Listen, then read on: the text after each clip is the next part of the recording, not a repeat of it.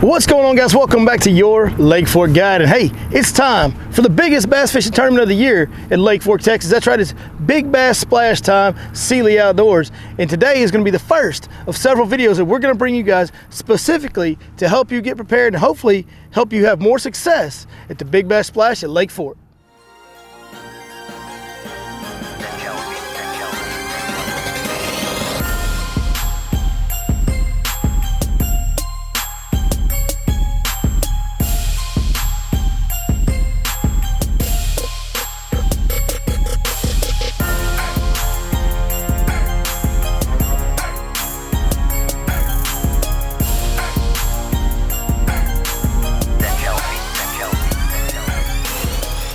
The Sealy Outdoors Big Bass Splash, always the biggest tournament of the year as far as numbers of participants, as well as cash and prizes paid out to the everyday weekend angler. The first thing that I guess we need to address is going to be navigation. It's been the hot topic here lately. The water level at Lake Fork, as you can see behind me, extremely low. We're about 5.5 foot low. The good news is we did get a big rain here a week or so ago, and we got a couple feet of rise in water level, so that put us back to 5.5 foot low. We're going to show you some drone shots today. And as you can see, there's still a ton of obstructions, both sticking up out of the water where you can visually see them and some barely out of the water. And there's some underneath the surface that put your boat in a dangerous position if you don't know where to navigate. Now, the good news is we have a chip that I designed earlier in the year when the lake was 5.5 to 6 foot low. And when I designed this chip, I designed it perfectly for the situation we have now at Sealy Outdoors. I was a little concerned when we were down at 7.5 foot low because my chip wasn't going to help you guys much at 7.5 foot low. But I have a Boat Lanes navigation chip. It is good for all the Ranch units and all Humminbird, both Helix and Solix, and older versions of Humminbird as well. This chip is designed with 2 different depths of running lanes marked on it. It's color coded.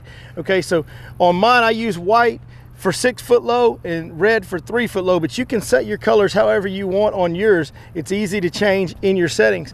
But the lanes that are marked good at 6 foot low, and they're labeled as such, 6 foot low, those lanes you can navigate right now. You can navigate those lanes with confidence. You can put your boat on plane. Some of them are tight. Anytime hazards get tight to the lines on the 6 foot low lanes, we have those hazards marked. I can't remember what the number was, like 1,500 or something like that, hazard marks that we marked on these lanes altogether. And some lanes are marked good at 3 foot low, so you purchase this chip now, you keep it forever. When the lake does eventually come back up to 3 foot low, you will be able to navigate all over Lake Fork in areas that you couldn't have imagined before. I took the time while the lake was low to mark lanes all over in every corner of Lake Fork. There's never been, and still is not to this day, another Boat Lanes chip that has the amount of navigation capabilities that is featured on the Your Lake Fork Guide Pro Lanes. So that's going to cover the majority of your navigation needs. If you'll just go get the Your Lake Fork Guide Pro Lanes, hey, that's going to help you guys navigate around Lake Fork in a way that you've never been able to before, even at lower water levels. The one thing I will tell you, if you're going to go with another Boat Lanes chip, man, some of them have made adjustments to mark lanes good at different levels along the lines of what we came out with as well. And I think that's a great adjustment. I'm not mad at those guys. I'm not saying they took my idea, whatever. I want you guys to be safe. So the other Boat Lanes chip, some of those have adjusted and marked lanes good at different levels as well. Just make sure that whatever you're running is marked good at 6 foot low. I don't know how those other ones are set up. On ours, it's very clear and easy to define. The lane will actually say 6 foot low when you select that lane on your screen or in your files. Outside of that, if it's not a marked lane that's marked good at 6 foot low and higher, guys, I would please beg you to exercise caution. If you don't know, don't go. I ain't telling you can't go. Idle through it. You idle around, you'll be fine. But do not put your boat on plane anywhere that you do not have a navigation assistance lane that's good at 6 foot low or higher, or you don't know for yourself is a safe area to navigate at this lake level. Because, folks, we've got underwater bridges that are coming into play that your boat can hit.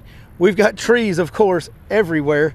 We've got pond dams that you can actually hit at this water level. There's just all kinds of obstructions that are available for you to hit with your boat at the current water level. So please be careful when you come down here for the Big Bass Splash. It's going to be crowded. It's going to be hectic like it always is. That's all the more reason for you guys to exercise a little more caution and get the assistance from something like Your Lake Fork Guide Pro Lanes. So let's get into the actual lake report. Let's give you guys a report on the conditions of Lake Fork. As we've said, it's 5.5 foot low. That creates a couple of different situations going on. Number one is there's less water in the lake. Hey, there's still the same amount of fish in the lake. that gives you a higher percentage of chance of running across fish. That is a good thing. But with this recent rain and rise, we've also had a little bit cooler weather.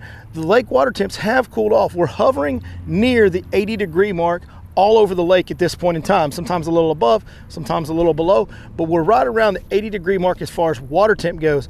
Remember, we had low water all the way down to 7.5 foot low at the end of summer. Now it's come up. Everybody knows rising water pushes fish shallow. Cooling water coming out of summer to fall pushes fish shallow. There is a lot of fish. It's kind of a confusing time because we're not really having a turnover per se. I don't know if the rain just washed all that away all at once or what happened, but the lake has stayed phenomenally, remarkably clear considering how much elevation it gained in water, how much water, new water came into the lake. I don't think I've ever seen a lake rise 2 feet in one day like Lake Fork just did and not get dirtier than what this is. The lake has stayed remarkably clear and clean. So it's actually in great shape. What it's also done is, as you see behind me, if we'll pan over here a little bit, you see all that grass that's growing up on the shoreline right there? Well, this rising water has put water into a lot of grass like that all across the lake. Now, not everywhere had that bank vegetation where the water would get in it with this just 2 foot climb that it did. Once the water climbs more, it'll have grass like that, it'll have water on it all over the lake. Right now, there's only certain areas that have grass in fishable depths of water. Even just a foot or more is good enough, or even 8 or 10 inches, you can kind of catch some fish out of it. But some areas only have water this deep in the grass. So you kind of got to know where to look for those deeper areas that have the deeper grass that has been flooded from the rising waters. The other thing that always comes into play when fish transition to the bank this time of year, they flood the bank and spread out. That makes it hard. That breaks up those schools. It makes it to where you only find one fish at a time, and you got to fish a bunch of different techniques. It's kind of like junk fishing time of year, right? Well, one good thing that you can look for and key in on as you come to Lake Fork is start thinking about fishing some docks, guys. You need to do some research on where the docks are. We have a ton of docks on this lake, but what you got to find is the docks that have water on them at 5.5 foot low, because there's some docks that have absolutely no water under them. Some docks have just a little bit of water on them, and some of them have some creek channel swings or different types of things that create a deeper water source at 5.5 foot low. You need to single out those docks that have the depth changes under them or very, very close to them, so those fish have access to deeper water with all the changing water levels that we've had. That's going to be a key component. The other type of area you're going to want to start looking at on your Navionics maps and such things like that is going to be just what I call transition areas. These are going to be steeper dropping banks, usually close to points, tend to be the best ones. Anywhere a creek channel swings in on the side of a point and it matches up with, again, with the current water level that we're at for a good depth zone where the fish can be in a foot or two of water but have access to 5 or 6 or 8 or 10 foot of water very close by. Those steeper sloping banks, especially near points at the mouths of creeks and coves, those are also going to be key areas. Both of these things, docks with deeper water and these points with creek channel swings, those are both what I like to call stop signs. And the reason those are so important is as these fish run to the bank and scatter out from this transition we're going through from summer to fall, these tend to gather a couple of fish. Now, you're not going to go up there and find a big school. 9 times out of 10, that's not going to happen. You might get lucky and find that, but the reality is you're probably not going to find that. But what it's going to do is instead of fishing half a mile of bank to catch one fish here and one fish there, you might actually catch 2 or 3 or 4 on one dock, or 2 or 3 or 4 on one side of the point on that creek channel swing. It's just a little bit of a gathering area, a little bit of a stop sign to get you a little bit more fish condensed in a time where the fish are really spread out. Now, one last thing that's going to help you guys find those spots easier than anything else ever has been able to, or probably anything else ever will be able to. If you guys want to know exactly where the docks are that are holding the water, you guys want to know the bank lines that have the grass that have the deeper water, and you want to know where some of those creek channel swings on those key points are that are holding fish right now, you need to go check out the Fish Life app. It's spelled with a Y, L-Y-F-E. It's linked in the description as always. Hey, we're going to be updating the Lake Fork Premium package of the Fish Life app tonight. I've been on the lake this week. I've seen where these fish are holding. We've caught some great quality fish this week. We're going to put waypoints right on these spots where I'm finding these fish set up in these transition times. This is one of the toughest times of year, probably the toughest time of year to fish. Everybody talks about the fall turnover. Well, like I said, we really haven't gone through a true turnover, but that rain's kind of acted like the turnover. It has cooled the water off down to around 80 degrees. It has put a lot of fish on the bank, spread them out greatly. If you want to know the isolated areas that are condensing a few fish and you want to take that shortcut and find those faster than everybody else, be sure you go subscribe to the Lake Fork Premium package on the Fish Life app.